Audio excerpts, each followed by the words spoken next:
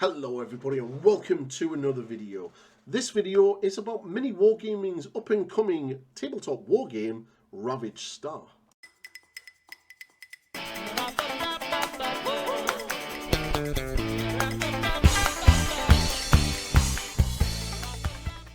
Okay, so if you've been living under a rock, you may have missed that Dave and Matt over at Mini Wargaming have teamed up with a bunch of sculptors and they're essentially creating their own game.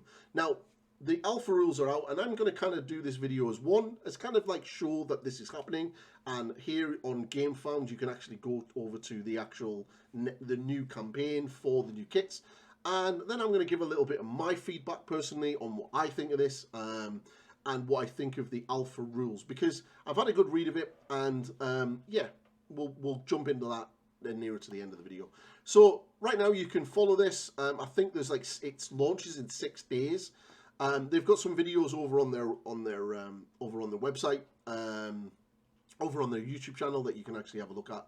And basically they've got this. Now they've already done a campaign which was funded for the Not Chaos Space Marines. They basically are Chaos Space Marines. They fit everything that the Chaos Space Marine range for 40k currently has, and you can pretty much go through all of their veil touched guys and those model range, and basically go, that's Terminators, that's Havocs, that's Raptors, that's Obliterators, that's a Hellbrute, that's a Rhino, that's a whatever. Now, they have made comments that these, which are apparently not Tyranids and not Squats, are not basically based on that. They're not proxies for those factions. But looking at them, there is clearly you could probably port these models over directly into it. First things first on the models from what I've seen. I haven't actually had them in my hands, but they are made of PVC plastic, which is already something that I'm not interested in. Steamforged Games did a lot of PVC stuff, especially for the later Guild Ball models and their doggos and some of their other sort of board games, and I find it horrible to paint. And one thing that I will say from a painter's perspective for these models, rather than from like a collector, is they're one piece. So when you get them, you basically just open the box and take them out the box. And they kind of, for me, fall into the pitfalls that a lot of people trying to emulate Games Workshop miniatures kind of fall into, where they pile on the level of detail that doesn't necessarily need to be there. So as a prime example, you can see this guy in the background, which is probably could be used as, say, a Warsmith for your Chaos Space Marine army. Those arms are all PVC. There's a video of them throwing it around and banging it around and bouncing it off tables and stuff by using those little Dr. Octopus type arms. And it's basically flying all over the place. And it's like, yeah, that freaks me out. Another thing as well is if you're using certain carry cases with this stuff, and I found this with the Steamforged PVC miniatures, is that if you're using like the traditional foam and you have it in and it's quite rested down and flat, that eventually that plastic will bend. It will bend, and it will bend out of shape. Now you can heat it with some hot water and it will sort of go back to its original place, but you kind of don't want that to happen. You don't really get that with resin, and plastic miniatures don't do that either. But you do with PVC, and it's not great. But as I was talking about, the pitfall that these sculptors generally do is the sheer lack of negative space on these miniatures is the one thing that puts me off wanting to buy them straight away. They don't look fun to paint. There is a lot of detail on them. A lot of people will criticize Games Workshop for the amount of detail that are on their miniatures, and these things really just blow Games Workshop out of the water for the amount of detail. I'm not necessarily saying that is good detail. I'm just saying that the amount of stuff that's on these models. Now, if you're not really a painter and you're just looking at these going, they're going to be essentially, probably, if you live in America, probably cheaper than Games Workshop. I would imagine that unless they get an actual distributor in the UK, I'm not overly too sure on what those prices are going to be. I haven't really looked. I'm not even too sure if there is any stockists here in the UK. but I would imagine that because it's coming in imported from America, it's probably going to have quite a high price tag. So it might be sort of comparable to Games Workshop prices. I'm not too sure. So if anyone does actually know stockist here in the UK, feel free to drop a comment below and let me actually know how much these are retailing for here in the UK. But if you're not really a painter and you just want to get your models painted, then yes, Slapchop will be ideal for these. You'll be able to slap some contrast paint and do a lot of dry brushing and they'll be done, because they kind of seem to be, that's what they're geared to sort of do. They're not really sort of aimed towards more of the painter. On to the rules. Now, one thing I will say for the rules straight away is Matt is writing the rules. And the first thing that I will say is, and I've read the rules, the alpha rules, which if you go to any of the Ravage Star videos over on the Mini Wargaming YouTube channel, you will see the alpha rules straight away and you're able to click on it and go in. First things first, I will say that the way it's written is written from this perspective, and I'm assuming that Matt has done this by mistake.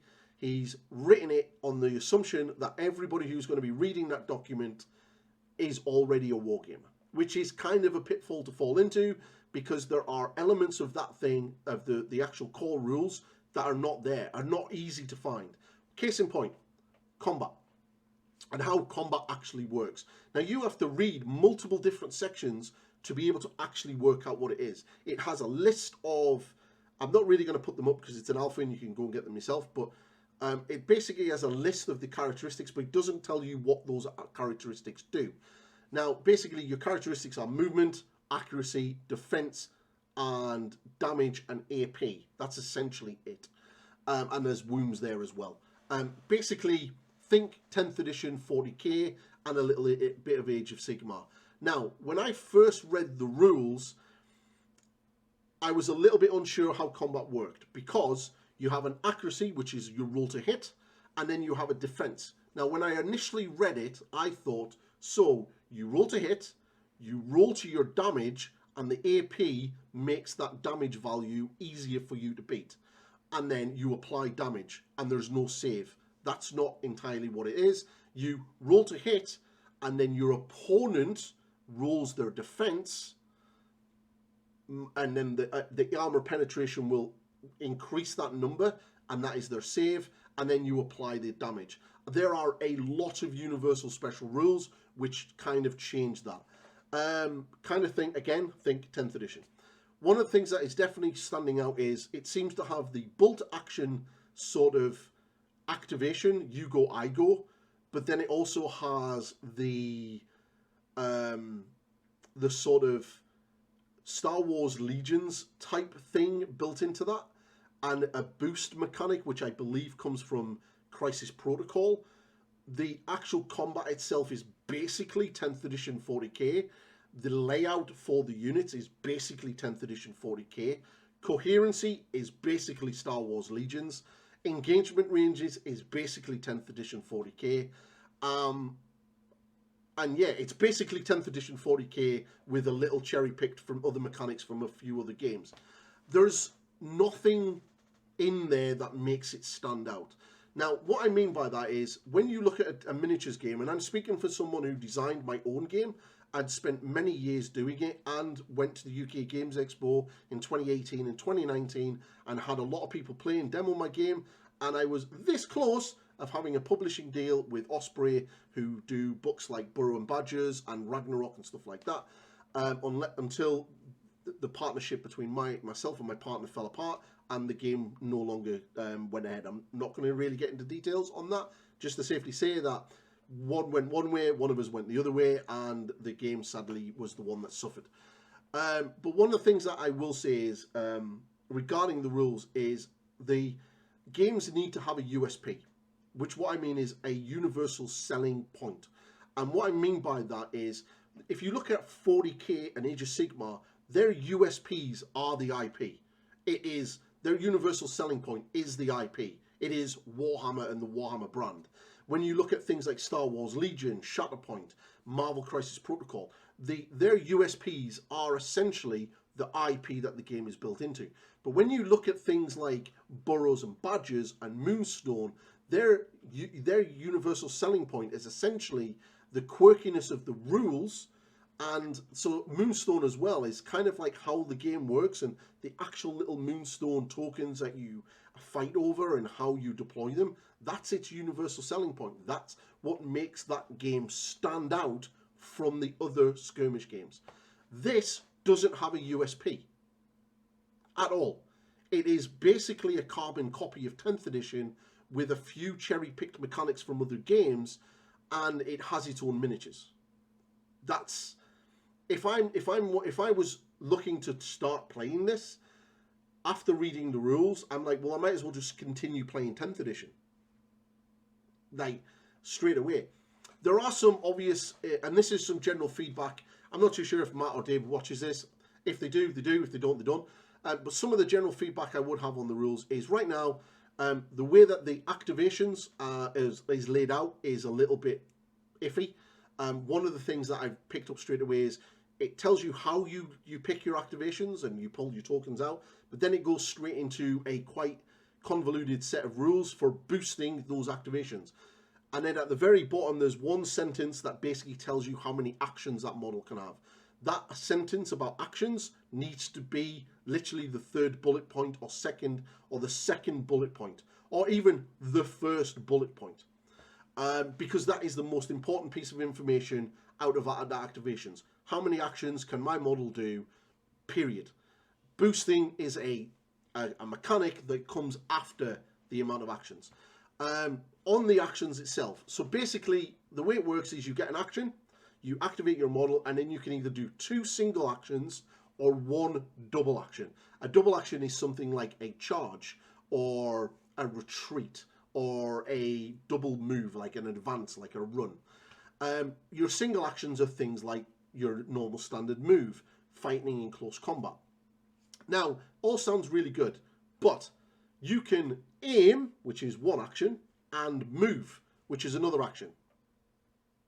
Completely pointless and actually shows no bearing whatsoever, but this can cause an issue later on down the line if you then start adding mechanics in that a model is able to get a free shot or a free maneuver or whatever, and you have that little overlap straight away. Personally, what I would do is make the aim mechanic and the aim action that you can only do it if you don't move. So you're able to aim and then you shoot, but you can't move.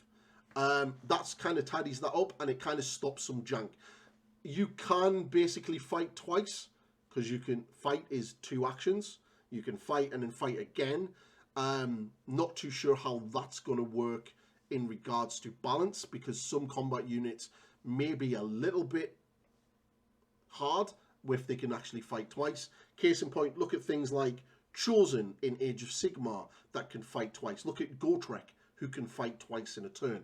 They are pretty powerful units in their games, and it can kind of be a really bit of a little bit of a nasty one. And if you've got factions that are very heavily into close combat, the mechanic of having a built-in fight twice is like you can fight and then literally fight again.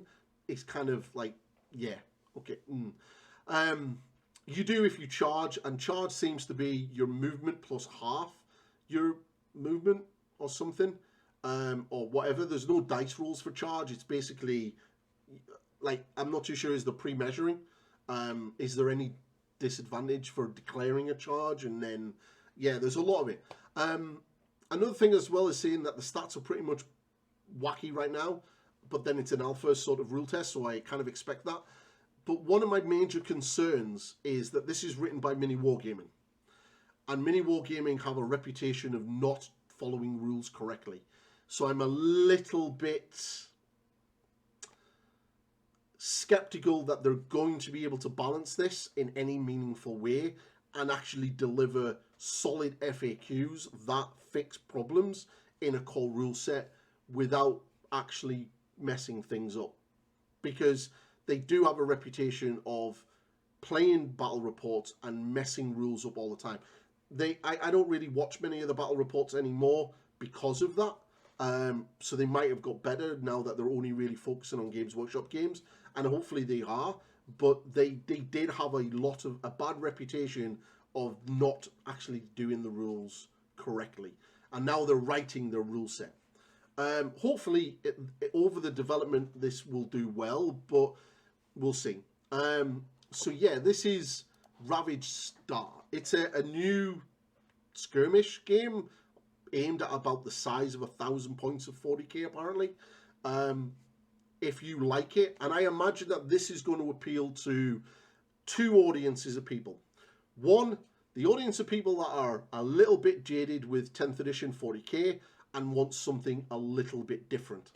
And two, the audience of people that absolutely hate Games Workshop, love things like one-page rules and still buy Games Workshop's product, but hate Games Workshop and will kind of feel that this is like sticking it to the man. If you're a hardcore Games Workshop fan, I don't think there's anything here necessarily for you, because it's basically a kind of slightly altered version of 10th edition. So it's not, doesn't really have anything there that's kind of like, woo, take you out. It's not a revolutionarily different game. Case in point, Bolt Action and Beyond the Gates of Antares are essentially the same game. They really are. One is set in World War II, one is set in a sci-fi sort of thing. There are a slight few nuanced differences, but it's essentially the same game. This is kind of the same thing. Ravage Star and Warhammer 40k are essentially the same game. One is done by a YouTube studio, the other one is by the industry leaders. So yeah. If this is your bag, then seriously check it out. If you are into the alternative of 40k, then seriously check it out. If it isn't your thing, then obviously you're not missing out on anything. I'm obviously expecting not to get any sort of response from Mini Wargaming for this video, or send anything or anything like that. That's fine by me. I'm just giving my tuppence worth and my view of what they're doing. And maybe, hopefully, like, the biggest sort of drop, the biggest sort of, pardon me, that I would say to sort of Matt for writing this is, you need to look at the rules as though somebody who's never read a rules book before, and write it with that in mind. Simple, precise, clear, and allow that to sort of to come in, because if you make it convoluted and it all over the place, and use the assumption that your audience is a wargamer, then that's going to cause problems, because a new player is going to pick that up and just go, what the is this? And just not get engaged in it. You want it to make it simple. Games Workshop have done that. One of the things that I will say Games Workshop have done for 10th edition is they've done that really well, in regards that you can read their rule set and actually understand it quite quickly. Now, there are obviously a lot of problems with 40k in 10th edition, but that's more of a army issue rather than a core mechanics issue, which is, apart from Devastating Wounds, I still think they need to fix Devastating Wounds to be on a natural 6 rather than the way it works right now, because it just doesn't work. But that's something for a completely different video. So, like I said, if you like it, go for it. If not, I'll put a link down for the Gamefound in the description below. So feel free to check it out, and head over to the Mini Wargaming YouTube page and have a look at some of their videos and some of the stuff that they're doing. And if it's all for you, cool. If not, cool. No hate intended. It's just my general feedback and my general concerns. So yeah, if you like these videos, please drop me a subscription. Very, very close to joining the YouTube Partner Program, so hopefully it's going to be really good. And drop a comment of what you think of it, and what you think of the alpha rules. And I'll see you in the next video, people. Goodbye for now.